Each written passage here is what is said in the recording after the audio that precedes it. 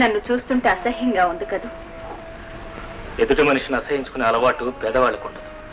కానీ క్షమించే సుగుణం పేదవాళ్ళ సొత్తని తెలిసి క్షమాపణ అడగడానికి వచ్చాను. అది చిన్నవాళ్ళు నాలాంటి అండలేని వాళ్ళు చేయవలసిన పని. అర్థమైంది వేణు.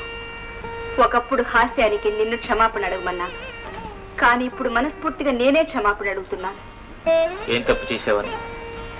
నిన్ను కాలేజీ నుంచి సస్పెండ్ చేయడానికి నేనేగా కారణం. కాదు, నా పేదరికం. దాన్ని అలసుగా తీసుకుని నిన్ను అవమానించాను, నీ మనసు బాధ పెట్టాను. నేనేం బాధపడలేదు.